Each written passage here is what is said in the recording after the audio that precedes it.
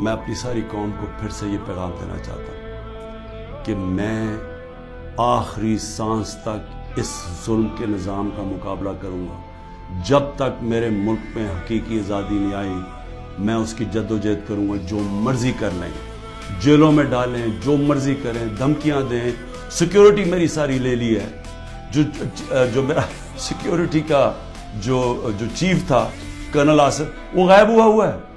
جو گاڑیاں تھیں, جو سیکیورٹی کی 2 گاڑیاں ساتھ جاتی تھیں, ان کو پولیس اٹھا کے لے گئی ہے. یہاں سارا جو ہمارے ساتھ جو احمد نیازی جو بھی لوگ تھے سب چھپے ہوئے ہیں کیونکہ ان کے اوپر ایف آئی آر کر دی. اور پھر یہ سمجھتے ہیں کہ شاید اس کی وجہ سے میں ان کے پاس جاؤں اور کہوں کہ جی مجھے معاف کر دو کہ میں نے آزادی کی بات کی تھی, مجھے معاف کر دو. اور میں آپ قوم کو بھی کہنا چاہتا ہوں, کبھی نہ اس نظام کو قبول کرنا. جس دن آپ نے اس کے سامنے اپنا سر جھکا دیا آپ کا کوئی مستقبل نہیں رہے گا پاکستان میں. پاکستان زندہ باد.